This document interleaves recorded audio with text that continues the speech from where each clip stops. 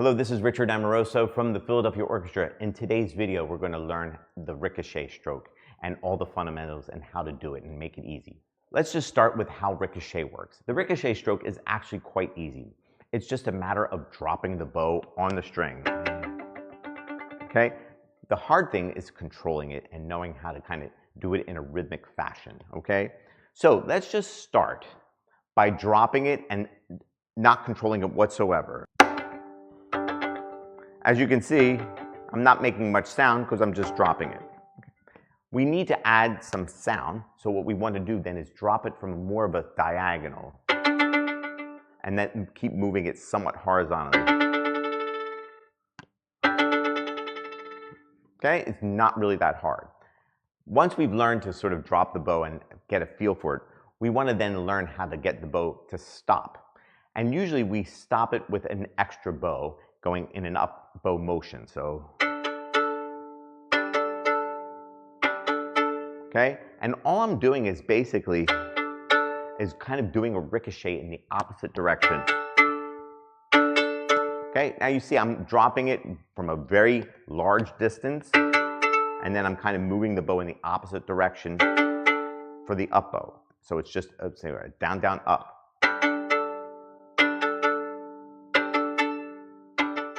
The feel of the bow hold on that up bow is probably a little more firm when I sort of grab it and snag it out of the air. You can see I'm kind of almost putting my pinky on this bow stick. What you can see is that I'm dropping the bow from a consistent distance at this tempo. So it's about 4 inches, and again, the violin is pretty flat, like a table.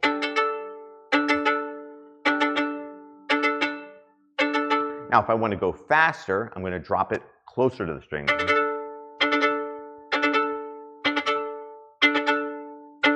Okay? Then we can sort of maybe bounce longer and then pick it up if we wanted to do 3 of them.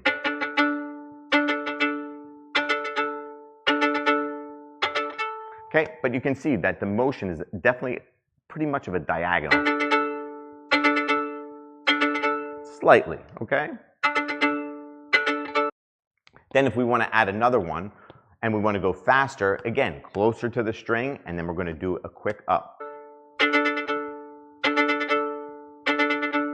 The other thing to consider is what part of the bow to drop it in.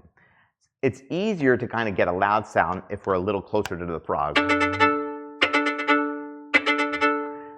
We want to get that galloping ricochet 2-in-1, something like from William Tell Overture. We might want to go a little bit higher in the stick. Okay, but it's not going to be as loud. To get some more sound, we're going to go closer to the frog. Simple as that. I might want to drop from a little bit further. But for something very neat and tidy, it would be, again, same distance and a little closer to the tip. But I really feel like these fingers are staying consistent with their bow, the bow hold pressure. And you can see I'm just dropping it down and then lifting. Okay? One side note, make sure to keep the right elbow elevated so that there's no imbalance in the bow. It's all done with the actual weight of the bow. Okay? This will really complicate things if you drop the arm.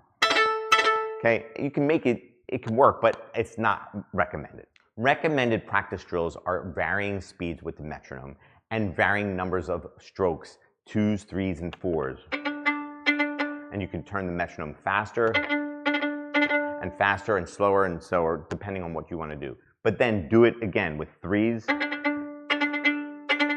and then 4s.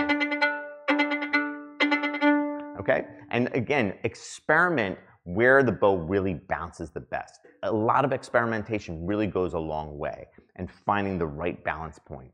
Give it a try. Ricochet stroke is really fun and it can be used in so many different ways, and it's usually a must if you're going to become an orchestral player. Please comment and like this, and again, don't forget to hit that subscribe button. See you again soon.